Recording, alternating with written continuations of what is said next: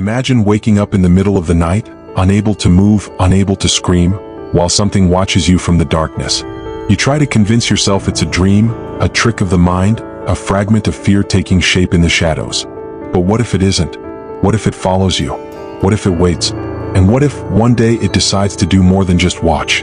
This isn't just another sleep paralysis story. This is something worse. Something that has haunted me for over a decade. And it's getting stronger. The first time it happened, I was 14. My parents had rented an old cottage deep in the woods, nestled against the edge of a silent, still lake. The house felt ancient, like it carried the weight of time in its bones. The wooden floors groaned with every step, and the air inside was thick, stale, like no one had lived there for years. But the worst part wasn't the house. It was the window. A massive, floor-to-ceiling glass panel faced the lake. During the day, the water shimmered. At night, it was just black. A void. A gaping nothingness that swallowed everything. That night, I was lying on the couch, staring into that darkness. I don't know how long I was awake, but I remember the way the silence felt like it was pressing against the glass, creeping into the room. There were no streetlights, no distant glow from a town. Just emptiness. Then it happened. A crushing weight pinned me down. I couldn't move. Couldn't even twitch a finger. My lungs barely worked, breath coming in short, panicked bursts. The air was electric, like static crawling over my skin. And then I saw them. Two eyes. Hovering in the darkness outside, right in the corner of the window. At first, I thought they were a reflection. But there was no light in the room. No phone. No lamp. No glow. Just those eyes. They weren't human. They weren't animal. They were something else. And they weren't just looking at me. They were looking into me. I could feel them peeling me open, reaching into the deepest corners of my mind, sifting through my fears. My skin burned under their gaze. My chest grew tighter, my vision tunneling. I tried to scream. Nothing came out. Then, against every instinct, I shut my eyes. For a moment, silence. Then the stairs creaked. Something was inside the house.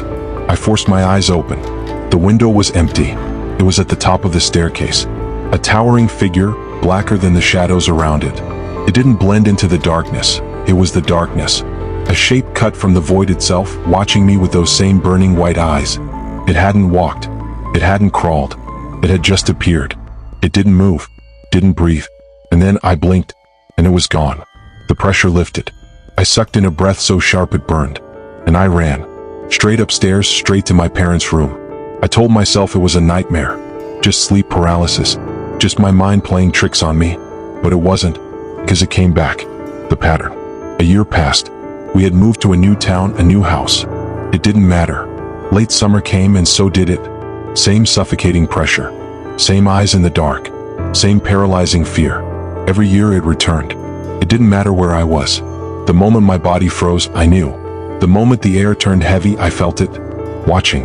Waiting. Feeding on my fear. By the time I was in my 20s, I stopped searching for answers. Every article, every forum post, none of it helped. The stories I read only made it worse. People saw the same thing. A shadow. A presence. A being that watched, that lingered, that never moved. Some called it a shadow person. Some called it a demon. Some said it was something worse. Something ancient. Something that feeds.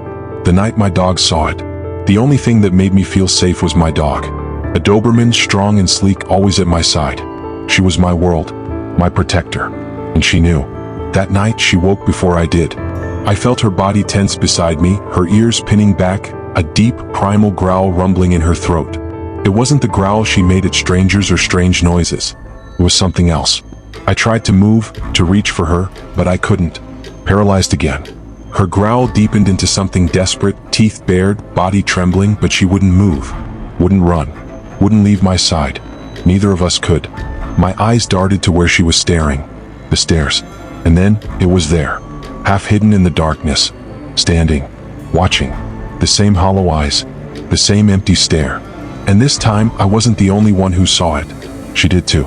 She never took her eyes off it. She never stopped growling. We stayed like that for what felt like hours. Then it was gone. She didn't sleep that night. And 2 weeks later, she was gone. No warning. No sickness. Just gone. The vet had no answers. But I knew. It took her. Because she was protecting me. Because she was my last line of defense. Because it wanted me alone. It's worse now. At 26, I finally moved into my own place. A fresh start. A new beginning. I thought maybe it was over. I was wrong. That first night, the paralysis came back. The air shifted. The pressure returned. I opened my eyes, and it was on the ceiling, directly above me. Not in the corner. Not at the stairs. Above me, leaning down, watching. Its eyes never blinked. I couldn't move, couldn't breathe, and for the first time I felt it. Not just its presence, its touch. Cold fingers pressing into my ribs, pulling, dragging me down. It didn't just want to watch anymore. It wanted more. And now I feel it all the time. Even when I'm awake, even when the lights are on. It's there, waiting, watching. And every night when I close my eyes, I wonder, will I wake up this time?